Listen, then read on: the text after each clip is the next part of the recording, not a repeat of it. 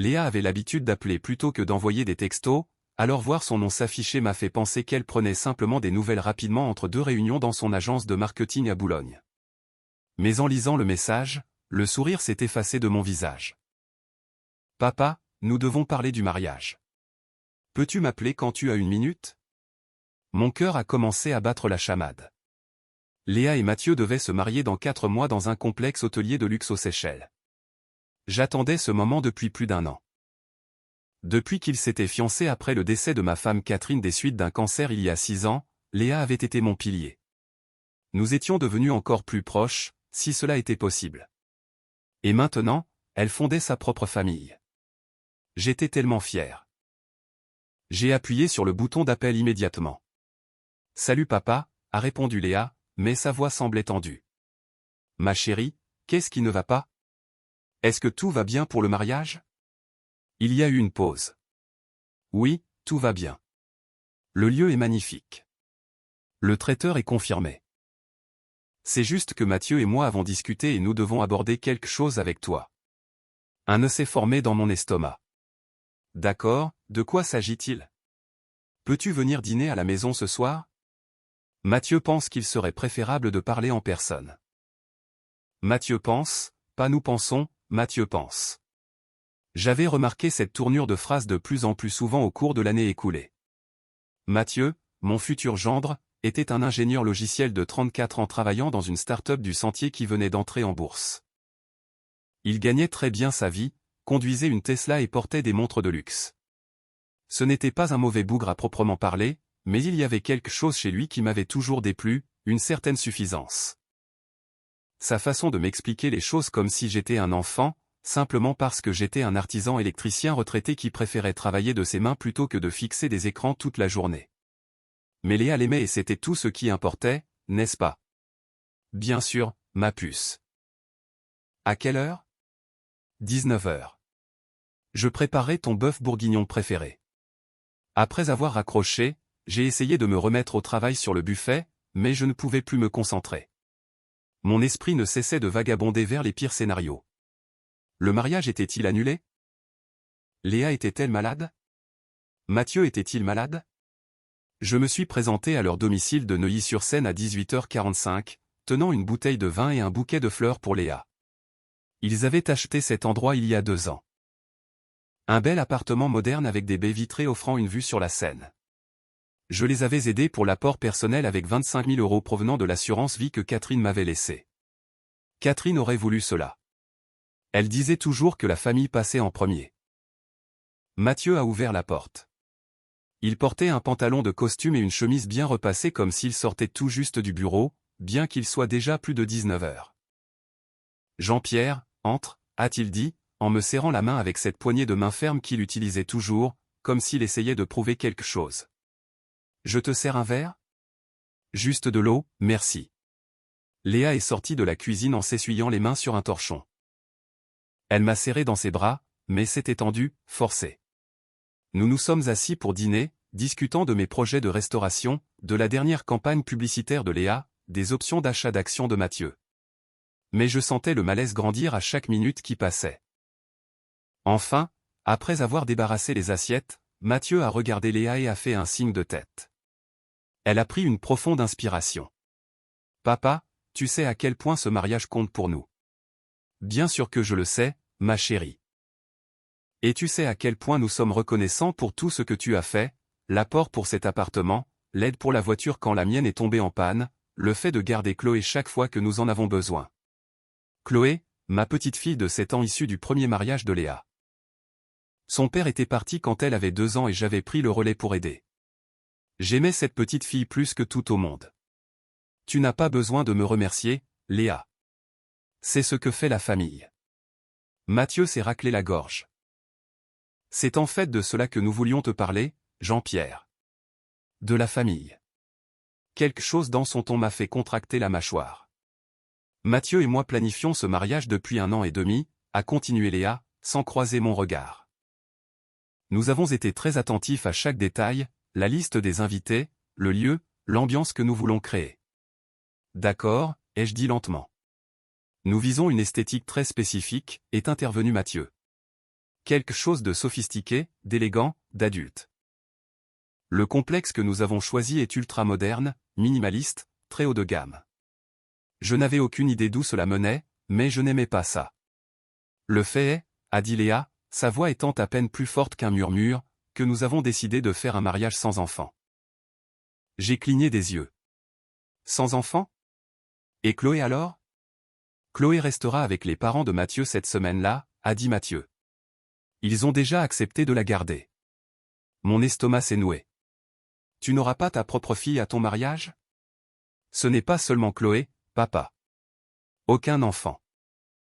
Nous voulons que nos invités puissent se détendre, profiter de l'open bar, sans se soucier des enfants qui courent partout. Mais Chloé a 7 ans.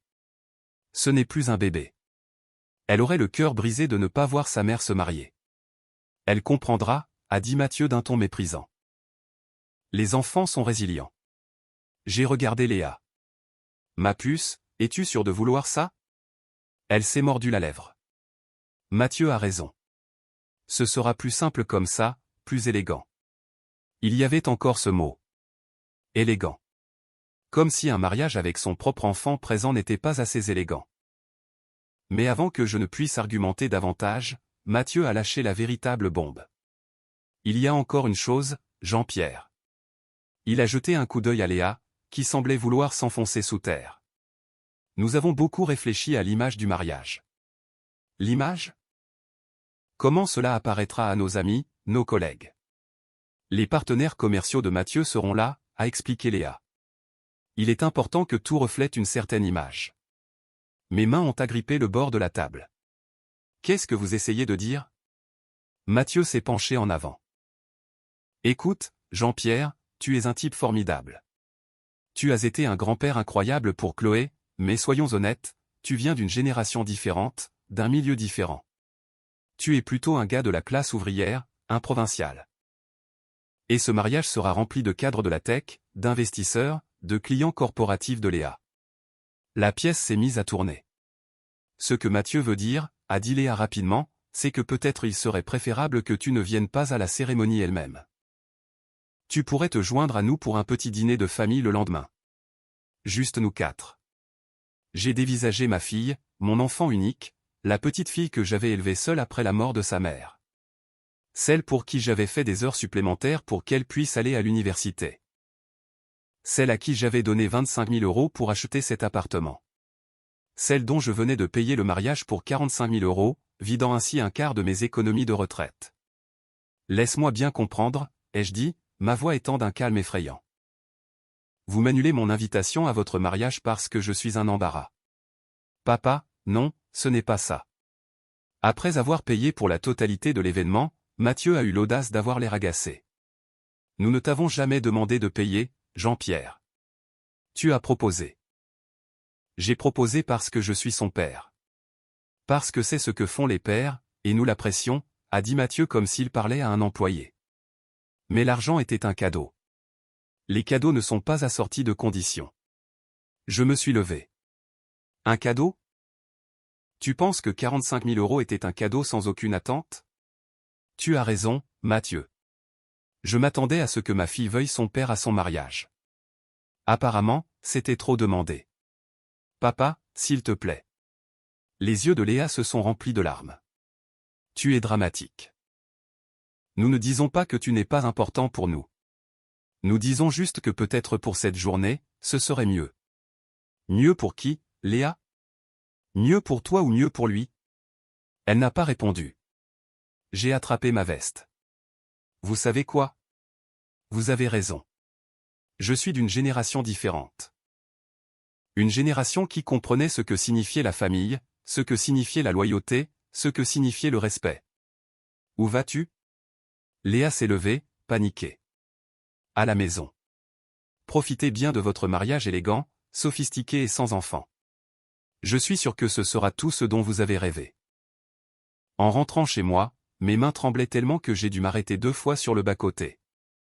Mon téléphone ne cessait de vibrer avec des messages de Léa. Papa, s'il te plaît, ne sois pas comme ça. Pouvons-nous juste en parler rationnellement? Mathieu n'a pas voulu dire ce que tu as compris.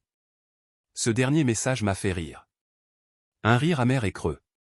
Mathieu avait pensé chaque mot exactement comme il l'avait prononcé. Quand je suis arrivé chez moi, je me suis assis dans le vieux fauteuil de Catherine, celui dont je n'avais pas pu me résoudre à me débarrasser. J'ai imaginé ce qu'elle dirait si elle était là. Elle pleurerait probablement d'abord, puis elle se mettrait en colère, puis elle me dirait exactement quoi faire. Et soudain, j'ai su ce que Catherine voudrait que je fasse. J'ai ouvert mon application bancaire. Les 45 000 € avaient été payés en 3 versements directement au complexe des Seychelles. Le paiement final de 15 000 € n'était pas dû avant 2 semaines avant le mariage. Mais les 2 premiers, totalisant 30 000 €, avaient déjà été traités. J'ai appelé l'hôtel.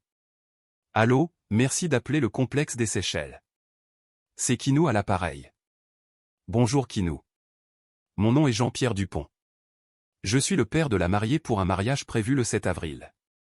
Ah oui, monsieur Dupont. Le mariage Lefebvre-Dupont. Comment puis-je vous aider? Je dois l'annuler. Il y a eu une pause. Annuler tout le mariage? Oui. Puis-je demander pourquoi, monsieur? C'est moi qui ai payé, et j'ai décidé que je ne voulais plus le financer. Une autre pause. Je comprends, monsieur. Cependant, je dois vous informer que notre politique d'annulation stipule que toute annulation effectuée moins de 6 mois à l'avance entraîne la perte de l'acompte. Cela représenterait 10 000 €. Je comprends. Annulé. Et les 20 000 € supplémentaires que vous avez déjà versés sont non remboursables. 30 000 € perdus juste comme ça. Mais vous savez quoi? Cela en valait la peine. Je comprends. Veuillez tout annuler. Le lieu, la restauration, tout. Monsieur, je dois vous demander. La mariée est-elle au courant? Elle le sera bientôt.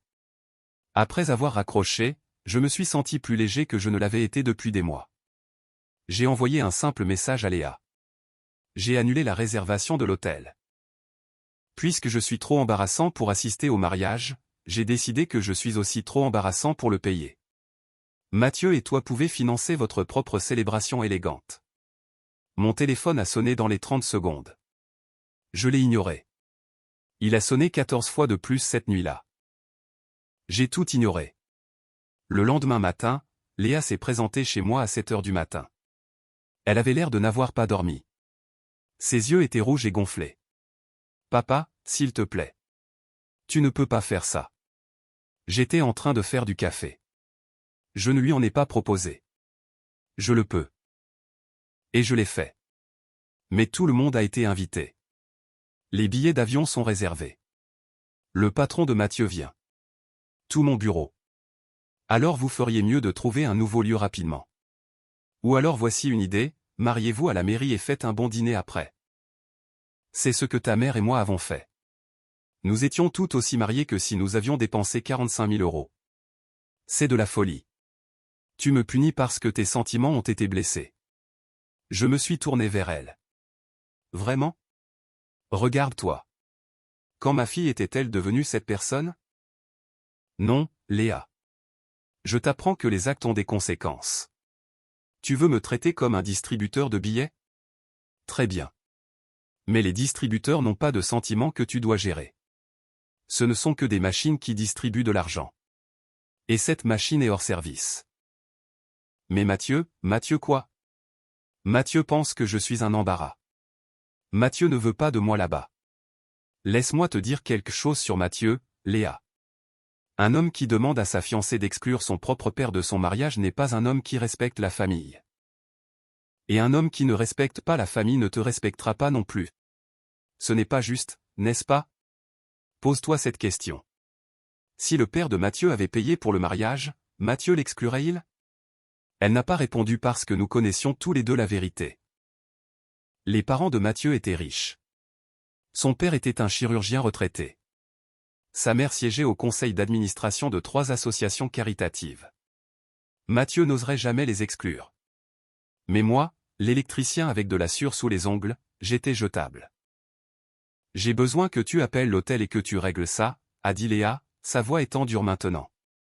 Non, papa. Tu veux un mariage aux Seychelles? Toi et Mathieu, payez-le vous-même.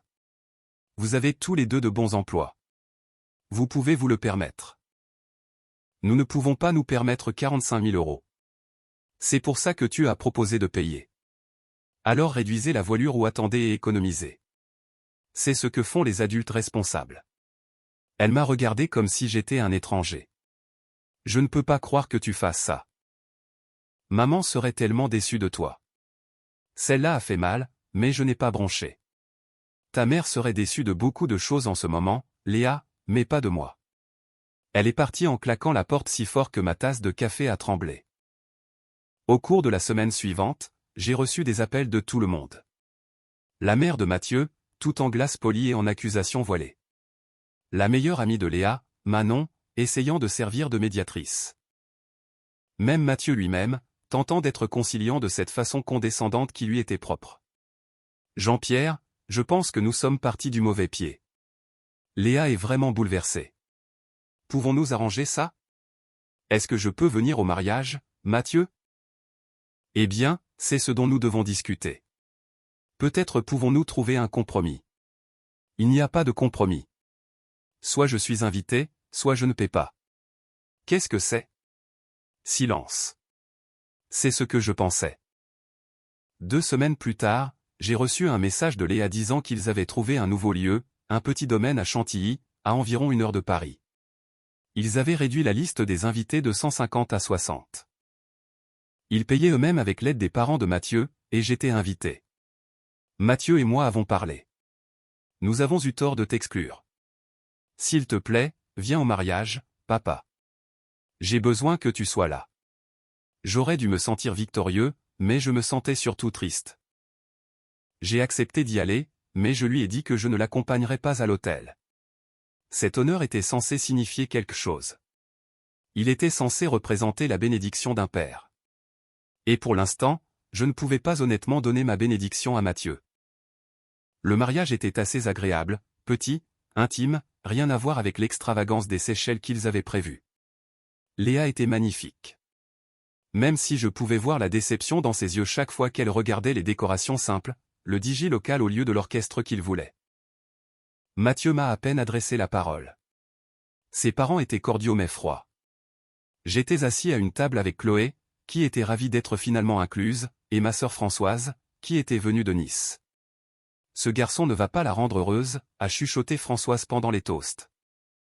Je sais, alors pourquoi ne l'as-tu pas arrêté? On ne peut pas empêcher quelqu'un de commettre ses propres erreurs, Françoise. On peut seulement être là pour l'aider à ramasser les morceaux après. Je ne savais pas à quel point j'avais raison. La première année de leur mariage a été difficile. Léa m'appelait de moins en moins. Quand elle le faisait, elle semblait fatiguée, stressée. Elle avait perdu du poids. L'étincelle qui avait toujours fait d'elle Léa s'éteignait. J'ai essayé d'être présent sans être envahissant. Je les ai invités à dîner 1 fois par mois. Mathieu trouvait généralement des excuses, mais Léa venait parfois, toujours avec Chloé. Nous cuisinions ensemble comme avant, et pendant quelques heures, les choses semblaient normales. Puis est venu l'appel téléphonique qui a tout changé. Il était 22 heures un mardi. Léa n'appelait jamais aussi tard. Papa. Sa voix tremblait. Je peux passer? Bien sûr. Est-ce que ça va? Je serai là dans 20 minutes. Elle s'est présentée avec Chloé, un sac de sport et les yeux rouges. Chloé était déjà en pyjama, à moitié endormie. Laisse-moi l'installer dans la chambre d'amis, ai-je dit. Après avoir bordé Chloé, j'ai trouvé Léa assise à ma table de cuisine, fixant le vide. Qu'est-ce qui s'est passé? J'ai trouvé des messages entre Mathieu et une certaine Ambre de son bureau. Ma mâchoire s'est contractée. Quel genre de message?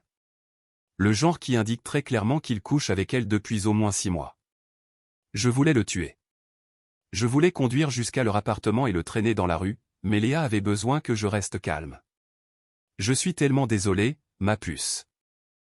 Ce n'est même pas le pire. Elle a ri, mais c'était un rire brisé. Je l'ai confronté. Tu sais ce qu'il a dit? Il a dit que c'était ma faute. Que j'étais devenue ennuyeuse après le mariage. Que j'étais toujours fatigué, toujours stressé par l'argent. L'argent? Je pensais que Mathieu gagnait bien sa vie. C'est le cas. C'était le cas. Mais il l'a dépensé pour Ambre. Et pour lui-même, j'imagine. Il a acheté un bateau le mois dernier, papa. Un bateau. Nous pouvons à peine payer notre crédit immobilier. Et il a acheté un bateau à 40 000 euros. Mon Dieu. Je lui ai demandé si nous pouvions faire une thérapie de couple. Il a ri. Il a dit que si je voulais le garder, je devais redevenir comme j'étais quand nous nous sommes rencontrés. Plus amusante, plus facile à vivre, moins. Elle s'est étranglée sur le mot moins comme mon père. C'était encore là, ce mépris pour moi, pour ce que je représentais. Qu'est-ce que tu veux faire, Léa? Je veux le quitter, mais je ne sais pas si je le peux. L'appartement, l'école de Chloé, tout est ici, et je devrais tout recommencer. Tu peux rester ici aussi longtemps que tu en as besoin. Tu le sais. Elle s'est mise à pleurer alors. De vrais sanglots déchirants. Je l'ai tenue dans mes bras comme je le faisais quand elle était petite et qu'elle s'était écorché le genou. Je suis tellement désolé, papa. Tu avais raison à son sujet. Tu l'as vu et je n'ai pas voulu le voir. Ne t'excuse pas. Tu l'aimais. Il n'y a pas de honte à cela. J'aurais dû t'écouter. Je n'aurais jamais dû t'annuler ton invitation au mariage. C'était tellement horrible. Je n'arrête pas d'y penser. Comment je l'ai choisi lui plutôt que toi? Comment je l'ai laissé me faire croire que tu étais le problème? C'est bon. Ce n'est pas bon. Tu m'as donné 25 000 euros pour notre logement. Tu allais me donner 45 000 euros pour le mariage. Et je t'ai dit que tu étais trop embarrassant pour être là. Quel genre de fille fait ça? Une fille qui a été manipulée par quelqu'un en qui elle avait confiance. Ce n'est pas ta faute, Léa. Nous avons discuté jusqu'à 3 heures du matin de Mathieu, du mariage, de ce qui allait suivre. Finalement, elle a décidé de demander la séparation. Elle a pris un avocat. Mathieu s'est battu au début, en colère qu'elle abandonne si facilement. Mais quand elle a menacé de révéler sa liaison à son patron, il a cédé. Le divorce a duré 8 mois. Mathieu a gardé le bateau et sa Tesla. Léa a obtenu la garde principale de Chloé et l'appartement, bien qu'elle doive le refinancer à son seul nom. Cela signifiait qu'elle avait besoin d'un co-emprunteur. Elle me l'a demandé, et cette fois j'ai dit non. Papa, s'il te plaît. Je ne peux pas payer le crédit seul sans co-emprunteur. La banque ne m'approuvera pas. Alors vends l'appartement, Léa. Mais l'école de Chloé est ici. Ses amis. Il y a d'autres écoles. D'autres amis. Tu as besoin de vivre selon tes moyens. Pas les moyens que Mathieu a créés. Elle était blessée, je pouvais le voir. Mais elle a aussi compris que ce n'était pas moi qui la punissais. C'était moi qui l'aidais à se tenir sur ses deux propres pieds. Elle a vendu l'appartement de Neuilly et a emménagé dans un endroit plus petit à Massy, un appartement de 3 pièces avec une piscine municipale et un parc à proximité. Chloé s'est bien adaptée. Les enfants sont résilients. Il s'est avéré que, tout comme Mathieu l'avait dit, bien que ce ne soit pas de la façon dont il l'avait entendu. 1 an après la finalisation du divorce, Léa a obtenu une promotion au travail. Elle gagnait plus d'argent qu'elle n'en avait jamais eu. Elle avait recommencé à sortir. Rien de sérieux, juste profiter de la vie. Nous dînions ensemble tous les dimanches maintenant. Juste nous 3, moi, Léa et Chloé. Parfois nous cuisinions, parfois nous commandions des pizzas. Chloé me parlait de l'école, de ses amis, de la série de livres dont elle était obsédée. Léa parlait du travail, de son nouvel appartement, de son projet de reprendre des études pour un MBA. Un dimanche, après que Chloé soit allée regarder la télévision dans le salon, Léa nous a servi à tous les deux un verre de vin. Je dois te dire quelque chose, d'accord? J'ai croisé Mathieu la semaine dernière au supermarché. Je me suis tendu. Il avait l'air terrible, papa. Il avait pris du poids. Ses vêtements semblaient froissés. Il a essayé de me parler, a demandé comment j'allais. Je lui ai dit que j'allais très bien. Et tu sais ce qu'il a dit? Quoi? Il a dit qu'il avait fait une erreur. Qu'il souhaitait pouvoir revenir en arrière et faire les choses différemment. Que ce que nous avions lui manquait. Que as-tu répondu? Je lui ai dit la vérité. Que cela ne me manquait pas du tout. Que le quitter était la meilleure chose que j'ai jamais faite. Et que le seul regret que j'avais était de ne pas avoir écouté mon père plus tôt. Nous avons trinqué. Je suis fier de toi, ma puce. Je n'aurais pas pu le faire sans toi. Tu m'as appris que le respect de soi n'est pas de l'égoïsme, que les limites ne sont pas de la cruauté, que parfois la chose la plus aimante que l'on puisse faire est de dire non. J'ai repensé à ces 45 000 € que j'avais perdus en annulant le mariage aux Seychelles. À l'époque, cela m'avait semblé être une somme énorme. De l'argent pour lequel j'avais travaillé dur, économisé, prévu d'utiliser pour ma retraite. Mais en regardant Léa maintenant, confiante, heureuse et libre, j'ai réalisé quelque chose. Cet argent m'avait acheté quelque chose après tout. Il avait racheté ma fille. Et cela valait chaque centime. Cette histoire est un rappel puissant que le respect et la loyauté familiale ne doivent jamais être sacrifiés sur l'autel des apparences sociales. Le personnage de Jean-Pierre incarne une sagesse ancienne mais nécessaire, celle qui refuse de se laisser marcher dessus par une arrogance de classe déguisée en élégance. Il est tragique de voir comment Léa a été manipulée par Mathieu, mais sa reconstruction finale prouve que l'indépendance est le plus beau des cadeaux qu'un père puisse offrir à son enfant. La décision d'annuler le financement du mariage était radicale, mais c'était le seul langage qu'un homme comme Mathieu pouvait comprendre. Cette transition entre l'artisanat fier de Jean-Pierre et le monde superficiel de la tech montre que les valeurs de cœur l'emportent toujours sur les options d'achat d'actions. Et vous, qu'en pensez-vous? Auriez-vous eu le courage d'annuler le financement d'un mariage de 45 000 € après avoir été ainsi humilié par votre propre enfant sous l'influence de son conjoint?